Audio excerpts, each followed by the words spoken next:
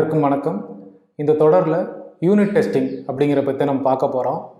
Unit டெஸ்டிங்னா என்ன, இந்த unit டெஸ்டிங்கில் செட்டப்னா என்ன, டியர் டவுன் அதை எப்படி பண்ணுறாங்க, அப்புறம் டிபெண்டன்சி எப்படி இன்ஜெக்ட் பண்ணுறாங்க, மார்க்ஸ், ஸ்டப்ஸ், ஸ்பை, இந்த டிபெண்டன்சிஸ்லாம் எப்படி மேனேஜ் பண்ணுறாங்க அப்படிங்கிறத பற்றியும், ஒரு டெஸ்ட்டில் ஃபோல்டர் அரேஞ்ச்மெண்ட்ஸ், ஏன்னா ப்ரொடக்ஷன் கோடுக்குன்னு ஒரு ஃபோல்டர் அரேஞ்ச்மெண்ட் இருக்குது, அதே மாதிரி டெஸ்ட் கோடுக்கும் ஃபோல்டர் அரேஞ்ச்மெண்ட் எதுவும் இருக்கா, அதை எப்படி பண்ணலாம் அப்படிங்கிறத பற்றியும், ஒரு டெஸ்ட்னாலே அசர்ஷன்ஸ் அப்படிங்கிறது இருக்கும். அப்போ டிஃப்ரெண்ட் டைப் ஆஃப் அசர்ஷன்ஸ் எப்படி பண்ணலாம், என்னென்ன இருக்குது அதெல்லாம் எப்படி பண்ணலாம் அதை பற்றியும், அப்புறம் ஒரு டெஸ்ட் எழுதுகிறோம் அப்படின்னாலே யூஸ்வலாக என்னென்ன எட்ஜ் கேசஸ், டெஸ்ட் கேசஸ் என்னென்னலாம் இருக்கும் அப்படிங்கிறத பற்றியும், நம்ம கோட் கவரேஜ் அப்படிங்கிறத பற்றியும், இந்த மாதிரி பல்வேறு விஷயங்கள் இருக்குது இந்த டெஸ்டிங்லேயே.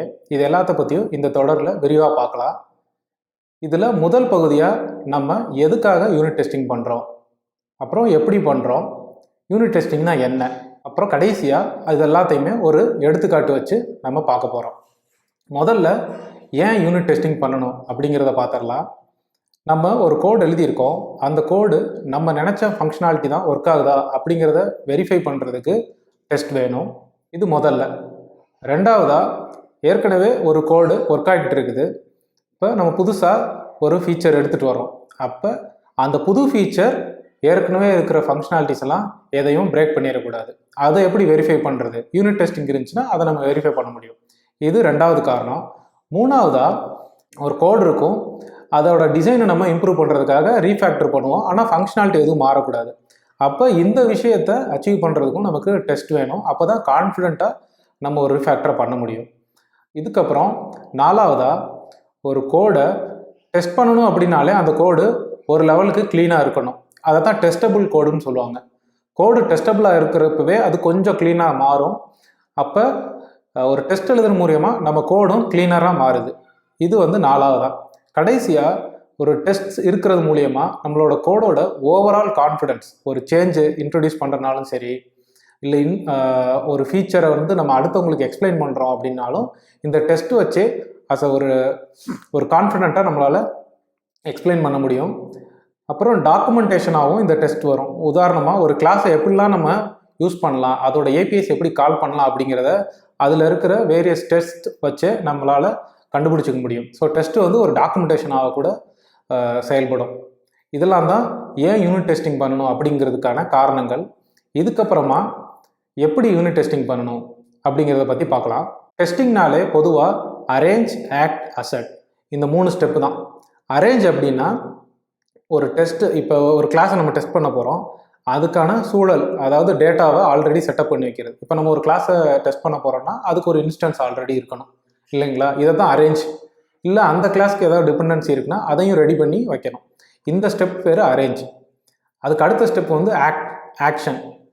நம்ம அந்த கிளாஸில் ஏதாவது ஒரு ஆக்ஷன் பெர்ஃபார்ம் பண்ணுவோம், ஏதோ ஒரு ஃபங்க்ஷனை கால் பண்ணுவோம், இல்லை ஏதோ ஒரு கொரி பண்ணுவோம், ஏதோ ஒன்று அப்டேட் பண்ணுவோம் இல்லைங்களா. ஒரு ஃபங்க்ஷனை மெயினாக ஃபங்க்ஷன் தான் கால் பண்ணுவோம். அப்போ இதை தான் ஆக்ஷன்னு சொல்லுவோம். இது ஆக்ட். இதுக்கு அடுத்த ஸ்டெப் அசெட். ஒரு ஆக்ஷன் பண்ணிட்டோம் அப்படின்னா ஏதாவது நம்ம எதையோ ஒன்று எக்ஸ்பெக்ட் பண்ணி தான் அந்த ஆக்ஷன் பண்ணியிருக்கோம். அப்போ அதை வெரிஃபை பண்ணணும். ஒன்று, அந்த ஃபங்க்ஷனை கால் பண்ணால் அது ஒரு ரிட்டர்ன் பண்ணலாம், அது ஏதோ ஒரு வேல்யூ ரிட்டர்ன் பண்ணலாம். ரெண்டாவது, அந்த ஃபங்க்ஷன் இன்னொரு ஃபங்க்ஷனை கால் பண்ணலாம், இன்ட்ராக்ஷன் சொல்லுவாங்க இல்லைங்களா, இன்ட்ராக்ஷன். மூணாவதாக, அந்த ஃபங்க்ஷன் அந்த கிளாஸ்லேயே இருக்கிற ஏதோ ஒரு ஸ்டேட்டை மாடிஃபை பண்ணலாம். இது மாதிரி ஏதோ ஒரு அசெஷன் நம்ம பண்ணணும். ஸோ 3 ஸ்டெப் இருக்குது. ஒன்று அரேஞ்ச், ஆக்ட், அசெட். இந்த 3 ஸ்டெப் தான் டெஸ்டிங்கில். இதுவே வேறு வார்த்தைகள் வச்சும் சொல்லுவாங்க. எப்படின்னா, கிவன், வென், தென், இந்த 3 வச்சு சொல்லுவாங்க. Given a condition, when something happens, then I am expecting this or it should happen. இந்த மாதிரி, அதாவது கிவன்னா கொடுக்கப்பட்ட ஒரு சூழலில் இந்த மாதிரி ஒரு செயலை நம்ம செய்கிறப்ப இந்த விளைவு அதை ஏற்படுத்தும் அப்படிங்கிறதோட சுருக்கம் தான் கிவன், வென், தென். ஸோ இப்படி தான் பொதுவாகவே ஒரு டெஸ்டிங் இப்படி பண்ணுவாங்க. யூனிட் டெஸ்டிங்கும் இதே மாதிரி தான். இந்த ஆக்ஷன்ஸ் ஆர் ஸ்டெப்ஸ் தான் இருக்கணும். இந்த 3 ஸ்டெப்ஸ் இருக்கும். இதுக்கப்புறமா யூனிட் டெஸ்டிங்னா என்ன அப்படிங்கிறதையும் பார்த்துடலாம். இப்போ நான் மேலே சொன்ன ஒய் அண்ட் ஹவ், எதுக்காக டெஸ்டிங் பண்ணுறோம், எப்படி பண்ணுறோம் அப்படிங்கிறது எல்லா வகையான டெஸ்டிங்க்கும் பொருந்தும். அப்போ யூனிட் டெஸ்டிங் அப்படிங்கிறது ஒரே ஒரு யூனிட். அப்போ யூனிட்னா என்ன அப்படின்னா, ஒரு கிளாஸாக இருக்கலாம், இல்லை ஒரு ஃபங்க்ஷனாக இருக்கலாம். அதாவது ரொம்ப சின்ன லெவல் ஆஃப் யூனிட்டை தான், என்டைட்டியை தான் நம்ம யூனிட்னு சொல்லுவோம். அந்த யூனிட்டை டெஸ்ட் பண்ணுறதுக்கு பேர் தான் யூனிட் டெஸ்டிங். இதுக்கு இடையில வேற எந்த இன்ட்ராக்ஷன், அதாவது இன்டகிரேஷனும் இருக்காது. உதாரணமாக இந்த கிளாஸும் இந்த கிளாஸ் வச்சு ஒரு சர்வீஸ் எழுதியிருப்போம், இன்னொரு கிளாஸ்லாம் வச்சு ஒரு சர்வீஸ் எழுதியிருப்போம். இந்த ரெண்டு சர்வீஸும் இன்ட்ராக்ட் பண்ணிக்கிறத நம்ம டெஸ்ட் பண்ண மாட்டோம். ஸோ அது வந்து இன்டகிரேஷன் டெஸ்டிங். இந்த மாதிரி system integration testing, end to end testing, நிறையா டெஸ்டிங் இருக்குது. இந்த யூனிட் டெஸ்டிங் ஒரே ஒரு கிளாஸில் இல்லை ஃபங்க்ஷனில் ஃபோக்கஸ் பண்ணி நம்ம டெஸ்ட் எழுதுவோம். பொதுவாகவே இதை வந்து டெவலப்பர்ஸே எழுதிடுவாங்க. அவங்க ஒரு கோட் எழுதுறாங்க, அவங்க எழுதுகிற கிளாஸ் ஆர் ஃபங்க்ஷன்ஸ்க்கு அவங்களே டெஸ்ட்டும் எழுதி இன்டெண்டட் பிஹேவியர்ஸ்லாம் கரெக்டாக ஒர்க் ஆகுதான்னு பார்த்துடலாம். ப்ளஸ் அந்த டெஸ்ட்டு வந்து ஒரு டாக்குமெண்ட்டாகவும் ஆக்ட் ஆகும். ஸோ இதுதான் யூனிட் டெஸ்டிங்னா என்ன அப்படிங்கிறது. ஏன்னு பார்த்துருக்கோம், எப்படின்னு பார்த்துட்டோம், யூனிட் டெஸ்டிங்னா என்ன அப்படிங்கிறதையும் பார்த்துட்டோம். இப்போ ஒரு எடுத்துக்காட்டு பார்த்துடலாம். எக்ஸாம்பிளுக்கு இந்த தொடர் முழுவதுமே நான் பைத்தான் லாங்குவேஜ் தான் யூஸ் பண்ணுவேன்.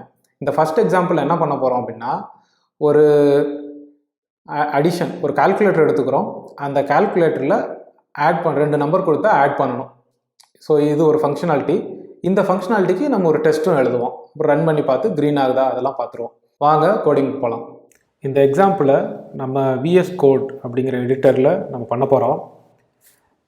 இந்த விஎஸ் கோடில் பைத்தான் ப்ரோக்ராமுக்கு ஏற்ற மாதிரி நம்ம சில செட்டிங்ஸ் பண்ணியிருக்கோம். இந்த செட்டிங்ஸ் இருக்குது. இதை எப்படி பண்ணுறது அப்படிங்கிறதுக்கான லிங்க்கை நான் உங்களுக்கு டிஸ்கிரிப்ஷனில் பேஸ்ட் பண்ணிடுறேன். இந்த செட்டிங்ஸ் இருந்தால் தான் நமக்கு வந்து டெஸ்ட் ஃபைல்ஸ்லாம் டிடெக்ட் ஆகும். ஏன்னா பைத்தானில் எல்லாமே .py அப்படிங்கிற மாதிரி ஃபைல்ஸ் முடியும். அப்போ அதில் வந்து டெஸ்ட் ஃபைல்ஸை டிடெக்ட் பண்ணுறதுக்கு test__ அப்படின்னு இருக்கிற மாதிரி ஃபைல்ஸ் எல்லாம் நம்ம செலக்ட் பண்ணியிருக்கிறோம். ஸோ இதுதான் அந்த எடிட்டர் பொறுத்தளவுக்கு செட்டிங்ஸ். இப்போ நம்ம அந்த ப்ரோக்ராம் என்ன பண்ணுதுன்னு பார்த்துடலாம். நான் எக்ஸாம்பிள் டெஸ்ட் அப்படின்னு ஒரு ஃபோல்டர் க்ரியேட் பண்ணியிருக்கேன்.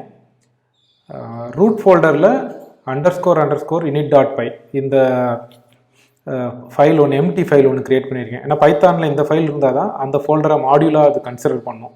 அதுக்காக இந்த ஒரு ஃபைல் க்ரியேட் பண்ணியிருக்கோம். அதுக்கப்புறம் எக்ஸாம்பிள் டெஸ்ட் அப்படின்னு ஒரு மாடியூல் க்ரியேட் பண்ணியிருக்கேன். அதுக்குள்ளேயும் __ init__ அப்படின்னு ஒரு ஃபைல் க்ரியேட் பண்ணிட்டேன். ஸோ இதெல்லாம் வந்து ப்ரோக்ராமோட செட்டப். ஓகேங்களா, நம்ம கோட் பேஸ் செட்டப். இப்போ அதில் நம்ம என்ன எழுதியிருக்கிறோம் அப்படின்னா, கால்குலேட்டர் அப்படின்னு ஒரு கிளாஸில் ஒரே ஒரு ஃபங்க்ஷன் ஆட் அப்படின்னு. ஸோ ஆப்பரண்ட் 1, ஆப்பரண்ட் 2 இந்த ரெண்டு ஆப்பரண்ட் கொடுத்தா அந்த ரெண்டையும் அடிஷன் பண்ணி நமக்கு ரிட்டர்ன் பண்ணணும். இதுதான் அந்த கிளாஸோட ஃபீச்சர். இப்போ test__ calculator அப்படின்னு ஒரு புது பைத்தான் ஃபைல் க்ரியேட் பண்ணிக்கிறோம். அதில் யூனிட் டெஸ்ட் அப்படிங்கிறத நம்ம இம்போர்ட் பண்ணிக்கிறோம். யூனிட் டெஸ்ட்டுங்கிறது பைத்தானில் இருக்கிற யூனிட் டெஸ்டிங் ஃப்ரேம் ஒர்க்கு. அதுக்கப்புறம் நம்ம எந்த கிளாஸை டெஸ்ட் பண்ண போகிறோமோ அந்த கிளாஸையும் இம்போர்ட் பண்ணிக்கிறோம். இதை தான் வந்து CUTன்னு சொல்லுவாங்க. கிளாஸ் CUT இப்படி சொல்லுவாங்க. அதாவது கிளாஸ் அண்டர் டெஸ்ட் அப்படின்னு அர்த்தம். அப்படி இல்லை அப்படின்னா SUTன்னு சொல்லுவாங்க, சிஸ்டம் அண்டர் டெஸ்ட். ஸோ அதையும் நம்ம இம்போர்ட் பண்ணிக்கிறோம். அப்புறம் டெஸ்ட் அப்படிங்கிறத வச்சு தான் கிளாஸ் எல்லாமே தொடங்கணும். கேபிட்டல் test__ எந்த கிளாஸை நம்ம டெஸ்ட் பண்ணுறோமோ அதையும் நான் எழுதிக்கிட்டு, எந்த ஃபீச்சரை டெஸ்ட் பண்ணுறோமோ அதையும் நான் எழுதிக்கிட்டேன். Test calculator add. ஆக்சுவலி இது கூட தேவையில்லை. நம்ம டெஸ்ட் கால்குலேட்டர்லேயே ஒவ்வொரு ஃபீச்சராக நம்ம செக் பண்ணிக்கலாம். இப்போ டெஸ்ட், அடுத்து வந்து இது வந்து கிளாஸ் நேம். அதுக்கு வந்து எதை எக்ஸ்டெண்ட் பண்ணியிருக்கோம்னா யூனிட் டெஸ்ட் கேஸை எக்ஸ்டெண்ட் பண்ணியிருக்கோம். இதுக்கப்புறம் டெஸ்ட் நேம் எழுதுகிறோம். அது வந்து டிஸ்கிரிப்டிவாக இருக்கணும். அதாவது அந்த டெஸ்ட் நேமை படித்தாலே நமக்கு அந்த டெஸ்ட் என்ன பண்ணுது அப்படிங்கிறத புரிஞ்சுக்கணும். எல்லா டெஸ்ட்டுமே இந்த யூனிட் டெஸ்ட் கேஸ் அப்படிங்கிற கிளாஸை எக்ஸ்டெண்ட் பண்ணி நம்ம ஒரு கிளாஸ் எழுதிக்கணும். அப்புறம் அதுக்குள்ளே வர்ற ஒவ்வொரு மெத்தடுமே test__ ஸ்டார்ட் பண்ணிக்கணும். இதுக்குள்ளே நம்ம என்ன டெஸ்ட் பெர்ஃபார்ம் பண்ணுமோ அதை பண்ணலாம். நம்ம ஏற்கனவே பார்த்த மாதிரி டெஸ்ட்டுங்கிறது 3 ஸ்டெப் இருக்கும். ஒன்று அரேஞ்ச், அப்புறம் ஆக்ட், அப்புறம் அசெட். ஸோ நமக்கு தேவை இந்த இதில் எதை டெஸ்ட் பண்ணுறோன்னா கால்குலேட்டர் கிளாஸில் இருக்கிற அடிஷன் ஃபங்க்ஷன் தான் டெஸ்ட் பண்ண போகிறோம். அப்போ அதுக்கு ஒரு இன்ஸ்டன்ஸ் வேணும். ஸோ கால்குலேட்டருக்கு நான் இன்ஸ்டன்ஸ் க்ரியேட் பண்ணிக்கிட்டேன். இதுதான் அரேஞ்ச். இதுக்கு அடுத்து நம்ம ஆக்ட் பண்ணணும். அப்போ கால்குலேட்டர் கிளாஸில் ஆட் அப்படின்ற மெத்தடை நம்ம 1,2 பாஸ் பண்ணுறோம். அப்போ நம்ம எதை எக்ஸ்பெக்ட் பண்ணுறோன்னா 1 + 2 3 அப்படிங்கிறத எக்ஸ்பெக்ட் பண்ணுறோம். ஆக்சுவல் ரிசல்ட்டும் எக்ஸ்பெக்டட் ரிசல்ட் 3யும் ஒன்றா இருக்கா அப்படிங்கிறது 3வது ஸ்டெப்பில் அசெட் அப்படிங்கிறதுல பார்க்குறோம். இப்போ அதை நம்ம ரன் பண்ணி பார்க்கலாம். அதுக்கு முன்னாடி எல்லா டெஸ்ட் கிளாஸ்லேயுமே இந்த இஃப் பிளாக் இருக்கணும். அப்போ தான் யூனிட் டெஸ்ட் ஃப்ரேம் ஒர்க் இந்த டெஸ்ட் கிளாஸை ஐடென்டிஃபை பண்ணி இதில் இருக்க டெஸ்ட் கேஸு அப்புறம் ஒவ்வொரு டெஸ்ட்டையுமே அதை ஐடென்டிஃபை பண்ணி நமக்கு டிஸ்பிளே பண்ணுறதுக்கு ஈஸியாக இருக்கும். விஎஸ் கோடில் லெஃப்டில் நிறைய ஆப்ஷன்ஸ் இருக்கும். அதில் ஒரு ஆப்ஷன் டெஸ்டிங்னு இருக்கும். அந்த டெஸ்டிங்கில் போய் பார்த்தீங்கன்னா